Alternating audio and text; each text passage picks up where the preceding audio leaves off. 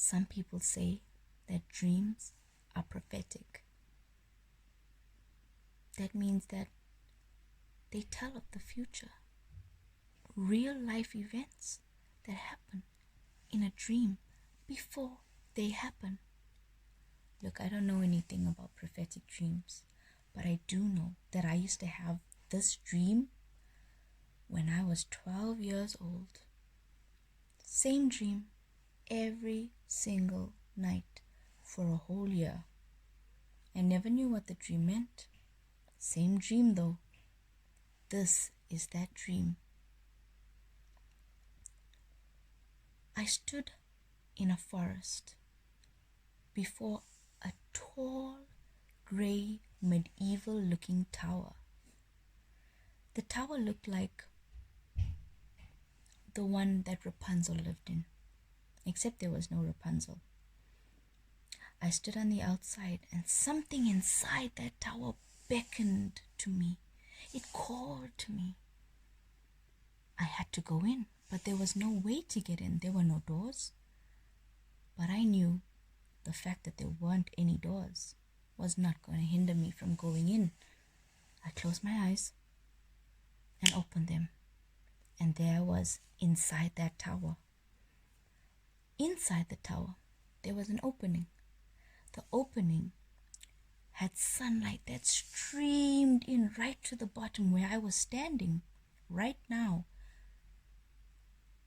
And at the top of the tower, there was a rod. On that rod, there were 2 brown owls. These weren't your ordinary run-of-the-mill owls.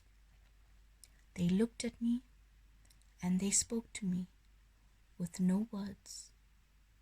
But I knew exactly what they were saying. They were saying, "Be careful of what is to come." I didn't have fear in me though. Their warning was twofold. First, be careful. And second, bolster up all your power. Bolster up all your reserves. You're ready for a fight.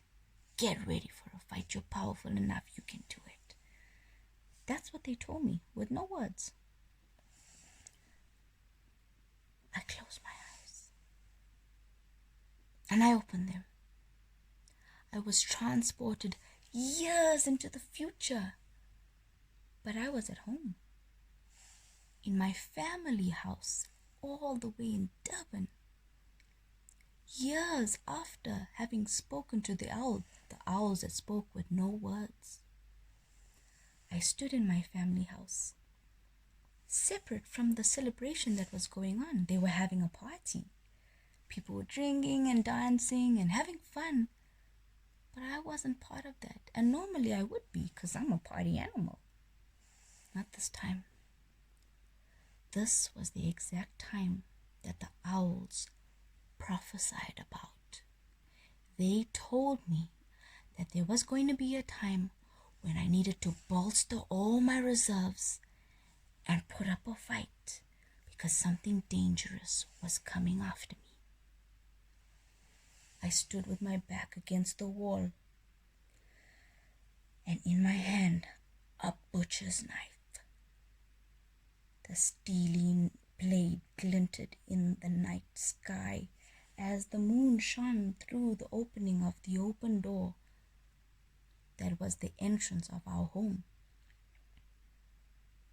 I raised my knife and without hesitation turned around because I knew that my opponent was on the other side of the door. Funny enough, she had the exact same idea that I did. She leapt at the exact same time, and we both grabbed each other, and there was a tussle between us. There was a picking up of the knife, and there was a struggle. But the thing is, she was just as strong as I was, but she was darker, more ominous, more powerful, and yet so much more beautiful than I was. She she looked like me. She moved like me. But this woman, clothed in a skin-tight leotard, purple and black, with dark, dark hair. I could never see her face, but the struggle we were having almost felt like I was winning. We tussled and tussled, and the knife kept very tight in my hand. We got onto the edge of the wall that overlooked the road. And with all my strength, I pushed against her, and the both of us half floated, half fell onto the other side of the road. The knife found its resting place. Warm blood cascaded over my hand, the hand that was holding the butcher's knife. The powerful one breathed her last, and her lifeless body lay on the ground. I rose up, realizing that I was the victor. What had I done? But wait, her eyes were still open. I looked down at her, and she looked up at me with love and admiration. And as she really breathed her last breath, a dance of purple and gold pixie dust enveloped me like a light show of magic and mysticism. And all I felt was her power and strength enter into my very being, almost as if I had the serenity of the ocean or the power of the wind within me. All her power had come into me. And as I watched her breathe her last breath, I realized that as the moon shone on her face and over her lifeless body, that face, which was no surprise to me, was actually